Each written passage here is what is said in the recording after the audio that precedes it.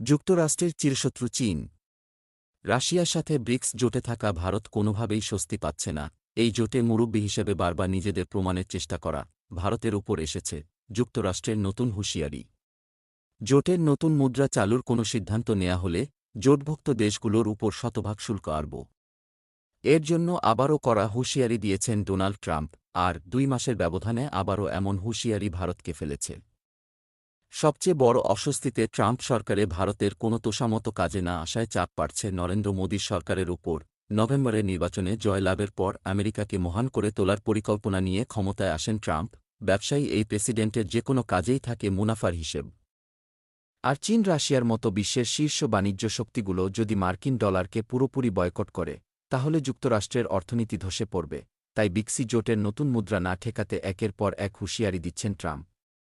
Bricks জোটে থাকা চীন, রাশিয়া, ইরানের মতো দেশগুলো এমনি মার্কিন নিষেধাজ্ঞায় জর্জরিত।